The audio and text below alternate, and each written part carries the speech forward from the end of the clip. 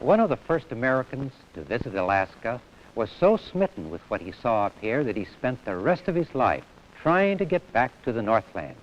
He never made it, but his fantastic enthusiasm for the great land and tales of wealth it possessed influenced other Americans to look westward and to the north.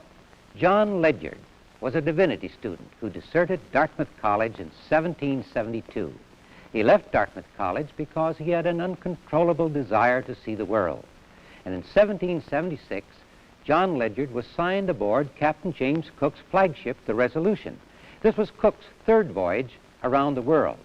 And this history-making voyage took John Ledyard in 1778 along the northwest coast to Nootka, to Prince William Sound, up Cook Inlet, to Bristol Bay, and into the Arctic, almost to Point Barrow. For only a few beads and trinkets, the crew bought beautiful otter skins, which they later sold in Macau for $100 each. When John Ledyard returned to America 4 years later, he tried desperately to get backing for a ship to enter the Northwest Alaska-China fur trade. His tales of profits to be made were so fantastic that ship owners simply would not believe him. Undismayed, he went to Paris. There he met U.S. Minister Thomas Jefferson, and this friendship became prophetic for the United States. Ledyard confided to Jefferson his plan to get a ship, sail it to the West Coast and Alaska. There he would fill the ship with furs and send it to China. Ledyard himself would walk home eastward across the American continent.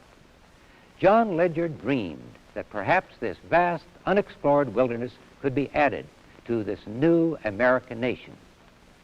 Thomas Jefferson was so impressed with Ledyard's ideas that he sent the young man to London to get backing for his ship. Well, the plan almost succeeded. Still undaunted, Ledyard was so determined to get back to Alaska that he hitchhiked miles across Russia and Siberia. When almost to the Pacific Ocean, he was arrested by Cossacks, hauled back to Europe, and dumped over the Polish border. He was vaguely accused of being a French spy, but rumor had it that the Siberian merchants wanted no one to see their wanton exploitation of the Aleutian Islands and the mainland. Ledyard, broke and disheartened, accepted the leadership of a scientific expedition in Africa.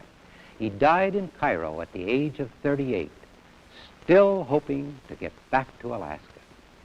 13 years later, Thomas Jefferson became the President of the United States, and he remembered John Ledyard's stories of the fabulous wealth of the Pacific Northwest. And with a secret appropriation from Congress, he sent Lewis and Clark on the first overland expedition to the Pacific coast. And as a result of this trip, the American press claimed for the United States everything from California to Alaska, 54-40 or fight. Well, we settled for Oregon and Washington to the present Canadian border. John Ledyard's dream lived on.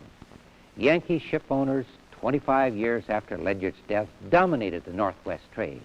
And then later, San Francisco merchants grew wealthy with Alaskan furs.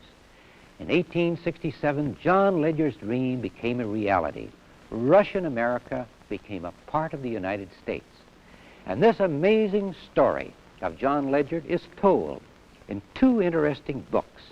One, his own journal of Captain Cook's last voyage by John Ledyard, and the other, John Ledyard, An American Marlowe by Kenneth Mumford. I commend to your reading The Story of John Ledyard.